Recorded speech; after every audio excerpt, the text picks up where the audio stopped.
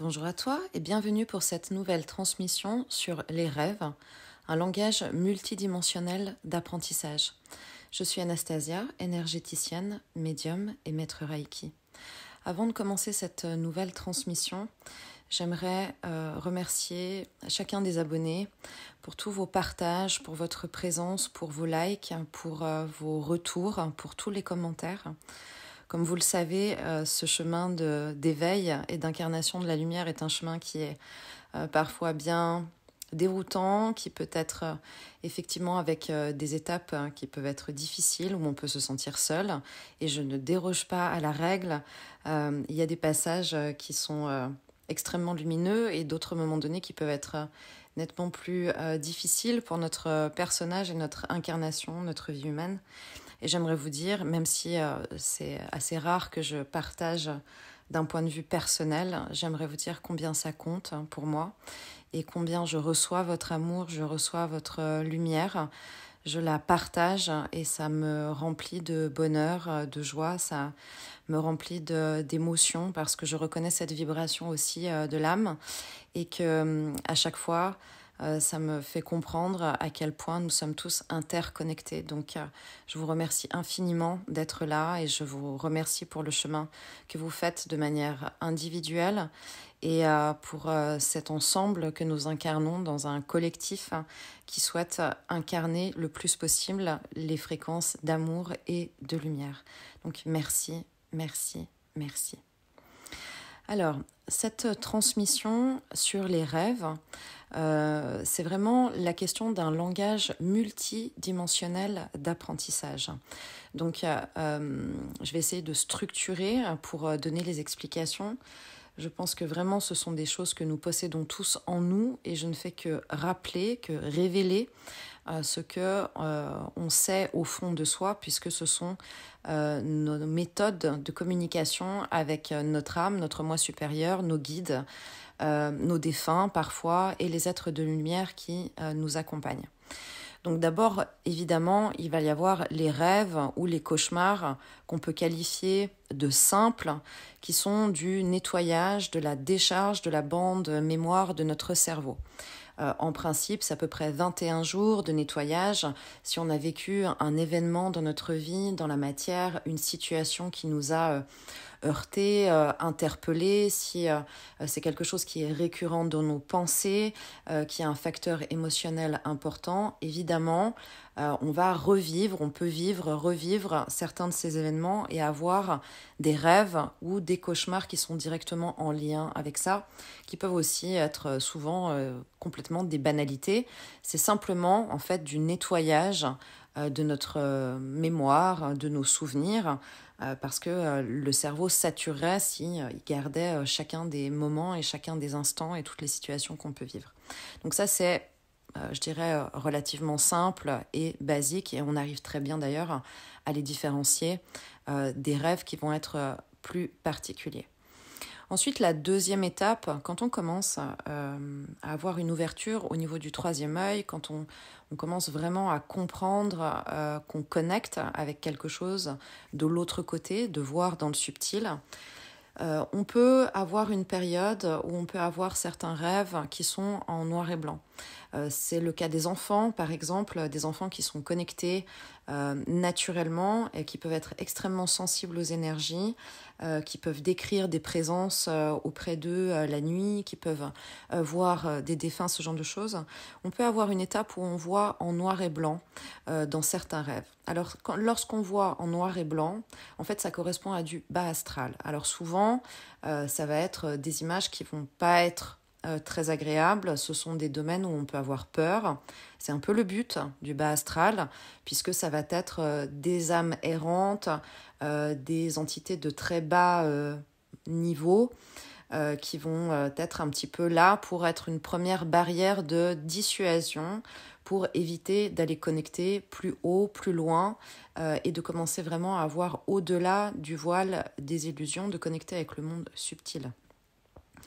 C'est d'ailleurs souvent à ce moment-là que les gens vont majoritairement avoir peur, peuvent être impressionnés, parce que c'est clairement le but, et peuvent assez vite décider consciemment, volontairement, de stopper, de ne pas vouloir et de vouloir complètement fermer ce canal, de vouloir s'en détourner parce que c'est effectivement impressionnant. Ça peut être pendant un certain temps, mais encore une fois, quand dans la liste d'incarnation, il est prévu un certain éveil, qu'il est prévu de connecter avec ses capacités et d'ouvrir son troisième œil, même si on met ça de côté pendant un certain temps, de toute façon, l'univers, l'âme et les guides feront en sorte que on aille dans la direction qui est prévue, c'est-à-dire retrouver la majorité de nos capacités naturelles. Ensuite, il va y avoir la partie rêve qui est vraiment en fait une étape de possibilité d'apprentissage. C'est-à-dire que, alors autant la lumière et autant la partie ombre vont utiliser le même système. Donc je vais d'abord commencer par parler de la partie lumière. Ce qui va se passer, c'est que il va y avoir des rêves qui sont en fait des états de simulation multidimensionnelle.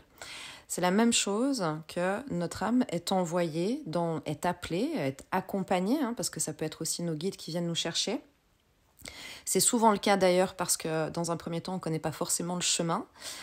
Donc ça peut être ce qu'on appelle des sorties de corps, des sorties astrales qui sont involontaires. On vient vraiment nous chercher et nous accompagner et on va se retrouver dans une simulation multidimensionnelle.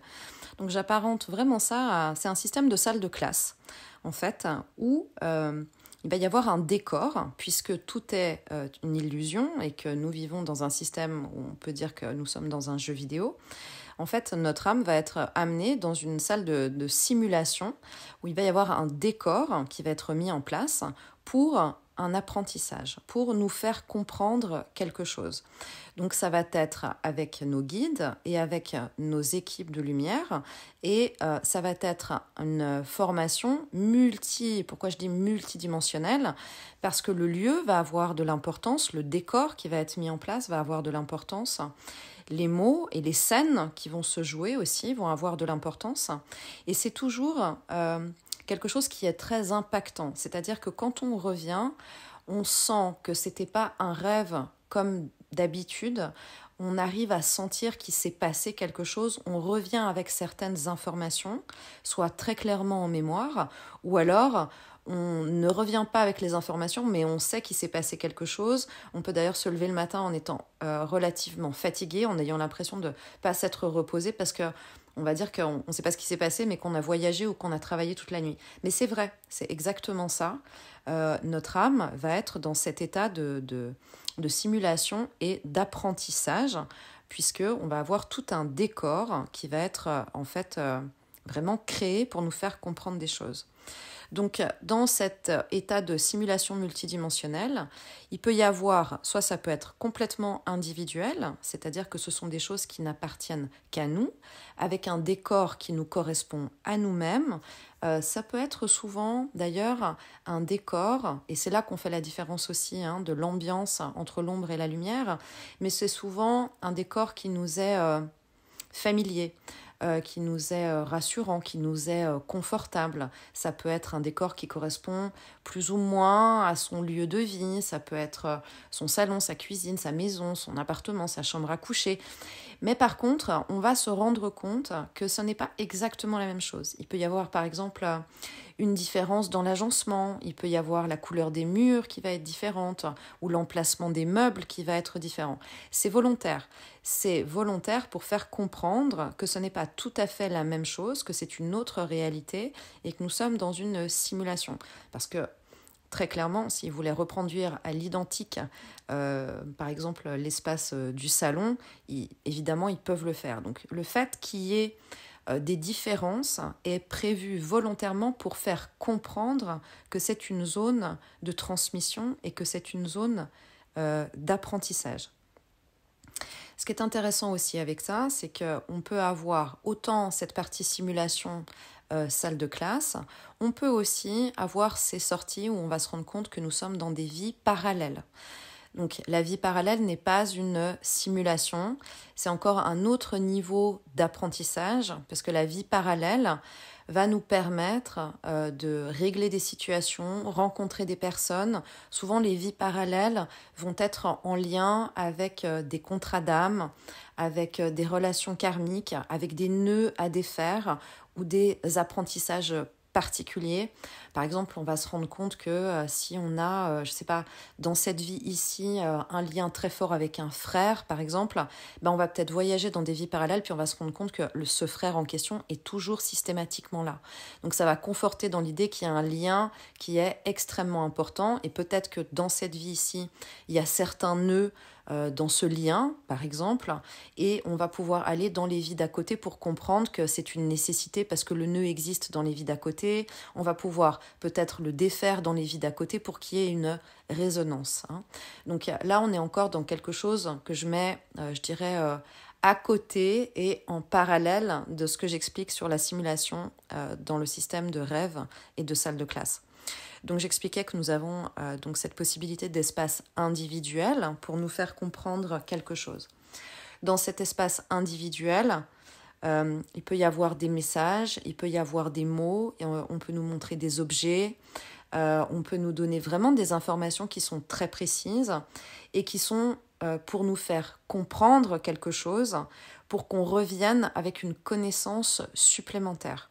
Donc c'est toujours en résonance avec ce qu'on va vivre ici, certainement avec les questions qu'on se pose, souvent avec l'aide qu'on sollicite quand on demande une réponse à nos guides, quand on demande de nous montrer la direction, quand on demande de nous aider à résoudre telle ou telle situation ou événement.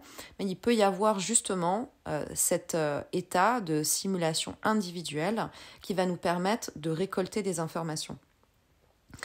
On récolte aussi de l'énergie, et ça c'est très important. Dans ces moments, nous avons un soin aussi énergétique qui va avec, parce que l'échange est extrêmement puissant dans la zone dans laquelle on est. C'est aussi la raison pour laquelle on peut être particulièrement fatigué quand on revient, parce que quand on fait un soin énergétique, on le sait, il y a un temps de métabolisation, d'intégration aussi des énergies. Donc on peut revenir un petit peu comme ça dans un état particulier, parce que nous avons aussi reçu un soin énergétique. Et en même temps, comme tout est un principe de donner et de recevoir, nous allons aussi apporter dans cette zone un éclairage, parce que nous, on va poser des questions, ou parce que on va partager des choses, où ils vont capter nos pensées et nos émotions, puisque tout se fait par télépathie. Et ça va leur permettre de comprendre aussi comment est-ce qu'on vit tel ou tel événement et situation. Ensuite, il y a aussi la partie espace d'apprentissage collectif. Donc quand c'est collectif, ce qui est très intéressant, c'est qu'on se retrouve effectivement dans un espace de simulation avec d'autres personnes, avec d'autres âmes qui voyagent également et qui sont réunies dans le même espace. Donc, typiquement, on va se retrouver, par exemple, c'est pratiquement toujours des bâtiments. Donc, ça peut être ça peut être des très grands bâtiments avec plusieurs étages qui seraient comme un bâtiment d'habitation. Ça peut être comme des hôtels aussi. Ça peut être des centres commerciaux. Il y a toujours plusieurs niveaux. Ça peut être ressembler à un terminal d'aéroport aussi certaines fois, parce qu'il y a vraiment cette idée de zone de transit. Donc là aussi, c'est une simulation, une réunion en fait de plein de personnes comme nous qui sont appelées à être au même endroit. Pourquoi ? Parce qu'il y a certainement des chemins de vie communs, des vibrations et des fréquences communes, des mêmes étapes communes dans le réveil, et qu'il y a un croisement, et on peut vivre des situations, des échanges, des personnes qui nous parlent. On parle avec ces personnes, et quand on revient ici, on se dit qu'on a rêvé, qu'on avait quelqu'un en face de nous, on ne sait pas qui c'était, ici on ne le connaît pas, mais dans le rêve, on savait qu'on connaissait cette personne. Voilà, typiquement. Donc, c'est vraiment cette idée de... Peut-être ce sont des familles d'âmes, peut-être que ce sont des personnes qui ont les mêmes... peut-être missions communes, en tout cas des points communs vraiment sur l'étape de vie dans laquelle on se trouve, et ça peut être vraiment avec beaucoup de monde ou plus ou moins. Ensuite, dans les points qui sont pratiquement toujours récurrents, qui sont importants, quand on a dans ces espaces d'apprentissage, que ce soit individuel ou collectif, quand il y a un véhicule, il y a vraiment cette idée de véhicule qui correspond à notre véhicule terrestre et au mouvement dans la matière. Pour nous faire comprendre comment est-ce qu'on avance ici avec notre corps sur notre chemin de vie, dans cette vie et dans notre incarnation, la simulation qu'ils vont utiliser, c'est toujours un véhicule. Donc par exemple, très clairement la voiture, si on rêve qu'on est dans une voiture qui tombe en panne, c'est probablement qu'on nous indique que dans cette vie ici, éveillée, dans notre incarnation, on n'avance pas dans la bonne direction. Si on est de l'autre côté dans un véhicule qui se trompe de route, très clairement, ça veut dire qu'on est en train de se tromper de chemin ici. Donc le véhicule est très important. La voiture est très importante parce que ça nous donne vraiment une indication si on est juste là où on est en train de marcher, d'avancer dans cette vie ou si on ne l'est pas. Autre exemple, si on peut aussi avoir des moyens de transport communs, donc là on est dans la partie simulation collective, et ça peut être des avions. Par exemple, l'avion est très clairement une indication d'un groupe d'âmes qui est en train d'ascensionner quand on est dans un décollage. Ça peut être des bateaux aussi. Par exemple, là, dans l'idée du bateau, c'est vraiment quelque chose où on est guidé. Mais là où il faut faire attention avec des véhicules où c'est collectif comme moyen de transport, c'est qu'il peut y avoir autant une indication qui peut être positive, autant il pourrait y avoir aussi une indication qui serait plus un état d'alerte, parce que les grands moyens de transport, les avions, les bateaux de croisière par exemple, peuvent aussi être une représentation d'un égrégore énergétique.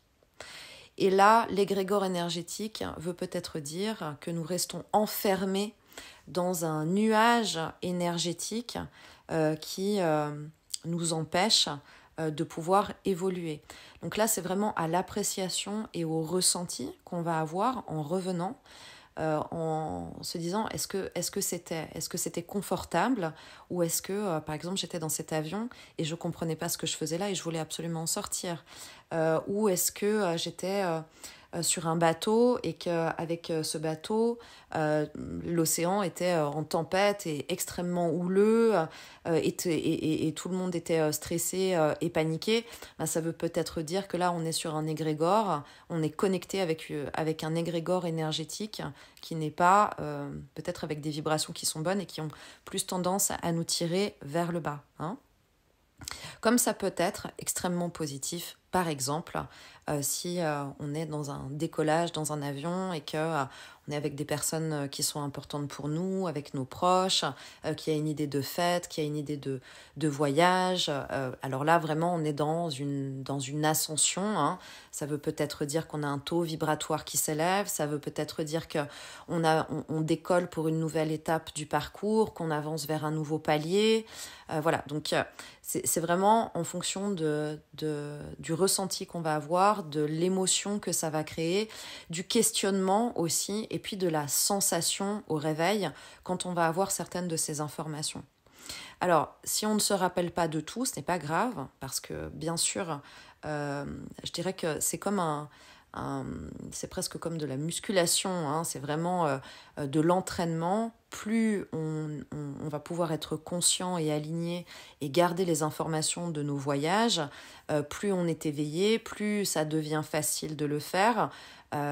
Mais si tous les détails ne sont pas là, et si pour l'instant ce que je vous transmets ne vous parle pas, ça ne veut pas dire que vous ne le vivez pas. Parce que en arrière-plan, dans la conscience et dans le subconscient et évidemment dans l'énergie, tout s'imprime, Donc les informations sont là et peuvent ressortir à un autre moment donné. Donc il y a pas de, il faut pas se dire comme je rêve pas ou bien je me réveille le matin et puis j'ai pas de souvenir de ce qui s'est passé, donc je suis pas concernée. Si, tout le monde est concerné, seulement on a des temps prévus pour s'en rappeler et des temps où on a d'autres choses à faire et d'autres choses à vivre dans la matière qui prennent de la place, parce qu'on n'est pas fait que pour vivre avec cette connexion dans le subtil. Donc pas d'inquiétude et de toute façon les informations s'impriment, qu'on en ait conscience ou pas. Autre exemple important qui est assez récurrent, il y a souvent une représentation aussi, quand il y a cette simulation individuelle, il y a toujours, on peut être confronté à un rapport avec les chaussures, et ça peut paraître anecdotique, mais pourtant c'est un retour que j'ai régulièrement avec les consultants, avec les soins, les personnes que j'accompagne, et que moi-même j'ai pu beaucoup observer, expérimenter dans mes sorties. En fait, les chaussures représentent vraiment le chemin de vie. Donc c'est très important le rapport avec les chaussures. Est-ce que si on a un rêve avec les chaussures, est-ce que les chaussures sont confortables? Est-ce que les chaussures sont en bon état? Est-ce qu'elles sont à notre goût, à notre pointure? Est-ce qu'on est pieds nus? Est-ce qu'elles sont dépareillées? Est-ce qu'elles sont abîmées? Est-ce qu'elles sont neuves? Est-ce que quelqu'un vient voler ces chaussures? Les chaussures sont vraiment en rapport avec le chemin de vie, avec la mission d'incarnation et la justesse du bon endroit. C'est vraiment cette idée de marcher sur la bonne route. Donc par exemple, si on a des chaussures qui sont dépareillées, ça veut peut-être, on est peut-être en train de nous dire, tu peux pas avancer parce que tu n'as pas encore pris de décision, par exemple. Donc tu te retrouves avec une chaussure verte et une chaussure bleue. Il y en a une, c'est une basket, et l'autre, c'est une chaussure à talons, une paire de chaussures à talons, par exemple.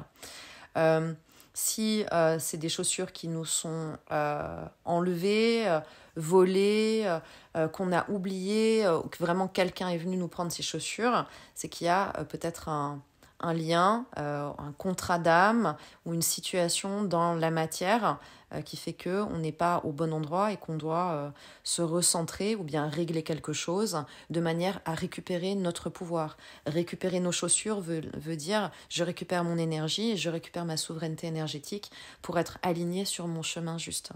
Donc on peut le prendre comme quelque chose, comme un clin d'œil. Moi, j'aime beaucoup parce que je trouve ça très amusant comme image, mais pourtant, c'est vraiment extrêmement pointu et finalement tellement simple pour nous faire comprendre si on est sur le bon chemin, sur la bonne route, bien équipé avec les bonnes chaussures. Et en même temps, là, j'entends où ils sont en train de me dire, mais quand tu marches pas avec les bonnes chaussures, tu as des cloques et tu as mal aux pieds, donc tu connais bien l'importance des bonnes chaussures pour pouvoir avancer sur son chemin. Donc, merci beaucoup. Ensuite, il y a aussi la partie, donc là j'étais sur la partie vraiment lumière. Évidemment, de l'autre côté, dans cette simulation d'apprentissage et cette zone en fait d'apprentissage multidimensionnel, nos équipes de lumière utilisent les mêmes outils en fait, c'est quelque part de la manipulation d'énergie pour mettre en forme les choses, pour que nous puissions comprendre. Et l'ombre et la lumière et l'ombre utilisent le même système. Okay, ce qui veut dire que l'ombre, des entités, des entités, voilà, des entités, les soldats de l'ombre, voilà, je cherchais un mot qui puisse correspondre sans leur donner trop d'importance, vont utiliser en fait le même système de simulation. Donc ils vont eux créer un espace dans lequel ils vont nous happer en fait, et pour en profiter pour nous faire peur, faire passer des messages aussi, qui sont souvent des messages de frayeur ou de fortes émotions qui sont liées à des attaques. Alors quand c'est des attaques, je dirais il y a des attaques qui sont ce que j'appellerais très grossières, voilà, où on se fait attaquer dans le sens où on sent qu'on nous étrangle ou qu'on nous saute dessus, qu'on nous empêche de respirer, qu'on veut nous écraser, qu'il y a vraiment quelque chose d'agressif dans l'énergie. Ils vont créer un espace, vraiment une simulation avec un être qu'on va avoir devant nous qui peut aussi prendre des formes différentes. Des fois, il se cache. Donc, ils vont prendre une apparence qui va être l'apparence d'un personnage, qui peut être d'apparence humaine, hein. Et d'autres fois, ils vont pas se cacher du tout parce que ils vont décider d'être impressionnants parce que potentiellement, en connexion avec la personne, c'est peut-être ça qui va faire plus peur à la personne. Donc, ils vont prendre une apparence qui peut être impressionnante dans le sens de monstrueuse, dans le sens d'extrêmement grand, dans le sens d'extrêmement large, dans le sens d'extrêmement noir. Enfin voilà, vraiment des choses voilà, qu'on va pouvoir retrouver dans des films d'horreur et des films d'épouvante, qui n'est pas très loin de la réalité de ce qu'ils peuvent être dans leur forme énergétique, hein, d'ailleurs. Donc évidemment, selon leur niveau de conscience et selon la quantité d'énergie de l'ombre qu'ils vont incarner, il y a évidemment toujours plusieurs types d'entités. J'ai déjà expliqué ça dans d'autres transmissions. Il y a plusieurs catégories, il y a plusieurs espaces, il y a plusieurs espèces. Il y a plusieurs races, enfin voilà, il y a cette espèce toujours de hiérarchie. Donc, on peut se retrouver dans des simulations où on peut voir apparaître différentes choses qui sont en fonction de là où ils viennent et de ce qui vibre comme type de fréquence. Ensuite, ils peuvent aussi aller plus loin dans l'attaque, hein, qui peut être de manière très détournée en essayant de soit demander notre consentement.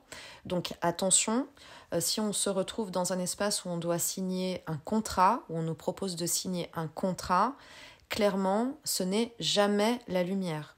Ce n'est jamais la lumière. Aucun guide de lumière, aucune équipe de toutes les origines de la galaxie qui seraient lumineuses ne vont faire signer de contrat, puisque non, à l'inverse, tout est fait pour que nous puissions retrouver notre souveraineté énergétique, notre pleine capacité de rayonnement sans aucun état d'esprit de soumission. On sait bien que sur son chemin d'éveil, on passe notre temps à défaire des contrats, à annuler des contrats qui ont pu être faits dans des liens karmiques, dans des vies antérieures, etc. Raison de plus pour vraiment bien comprendre que si on se retrouve dans un espace dans lequel on essaye de nous faire signer un contrat, c'est l'ombre. Et peu importe le personnage qu'on va avoir en face de nous, qui peut avoir l'air extrêmement joyeux et sympathique et merveilleux, etc. Voilà, mais c'est une simulation et là c'est clairement un piège, toujours. Autre chose aussi à être attentif, si dans cet espace de simulation on essaye de nous faire boire ou manger quelque chose, là aussi, il y a une infiltration d'énergie de basse fréquence et d'énergie négative.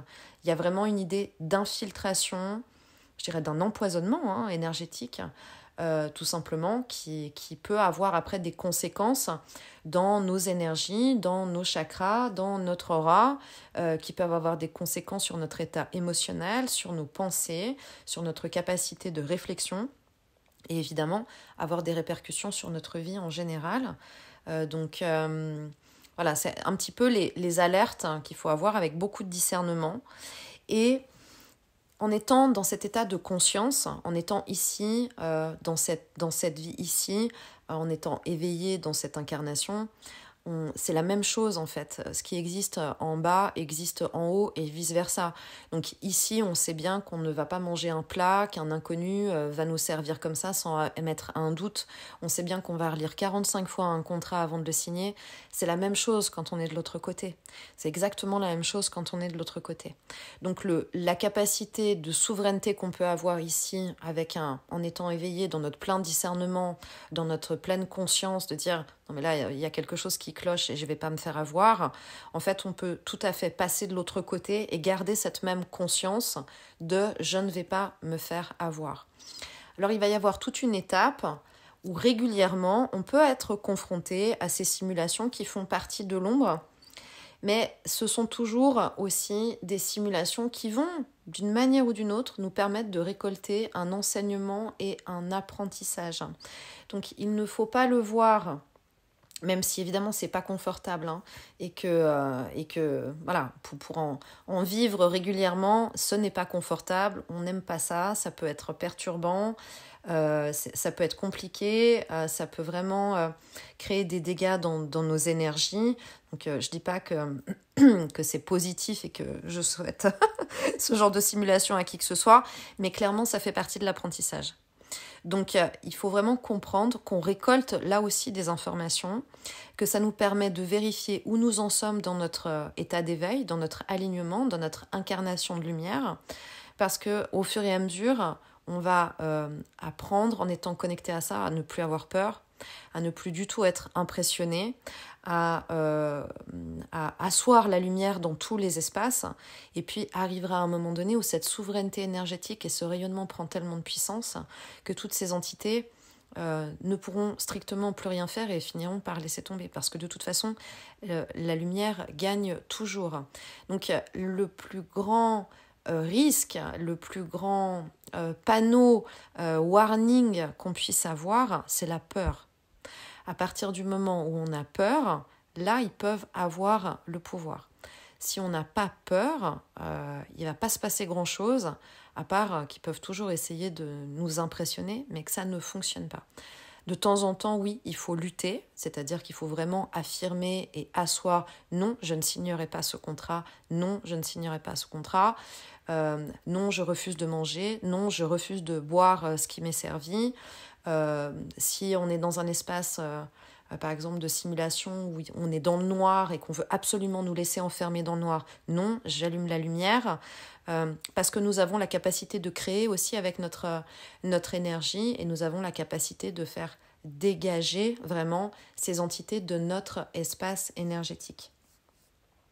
Donc, c'est aussi toujours un état où il faut comprendre que si on vit ce genre de simulation aussi avec la partie ombre, c'est parce que nous arrivons à un palier, c'est parce que nous prenons de plus en plus de puissance et que, encore une fois, ils essayent de nous dissuader pour empêcher en fait la pleine puissance de notre rayonnement.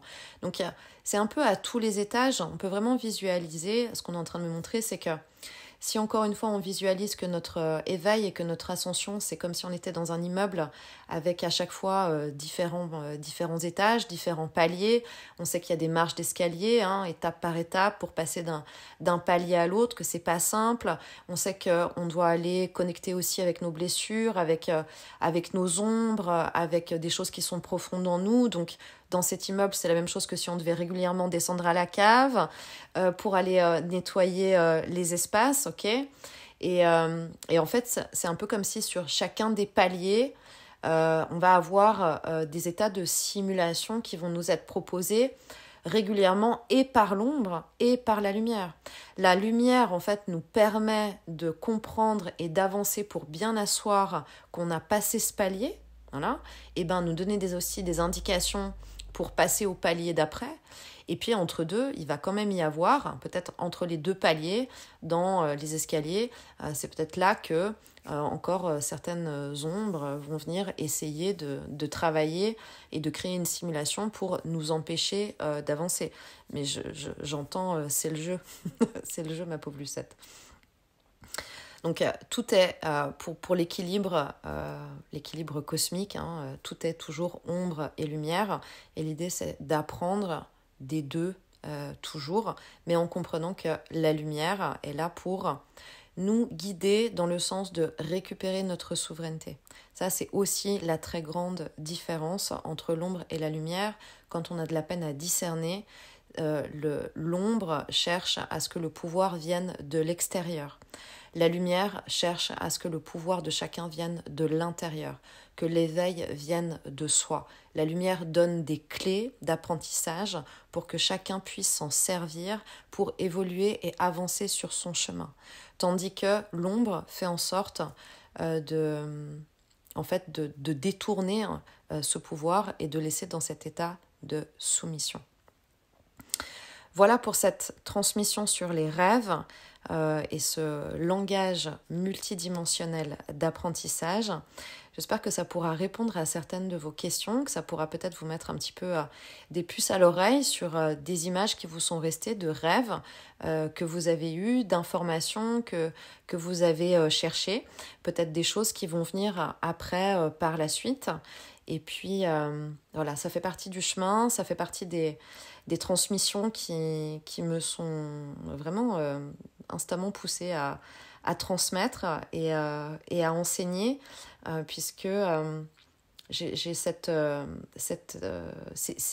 mémoire, en fait, emmagasinée de tout, de toutes ces simulations, de toutes ces sorties, pour moi, qui sont vraiment très conscientes et qui sont aussi claires et détaillées que la vie ici.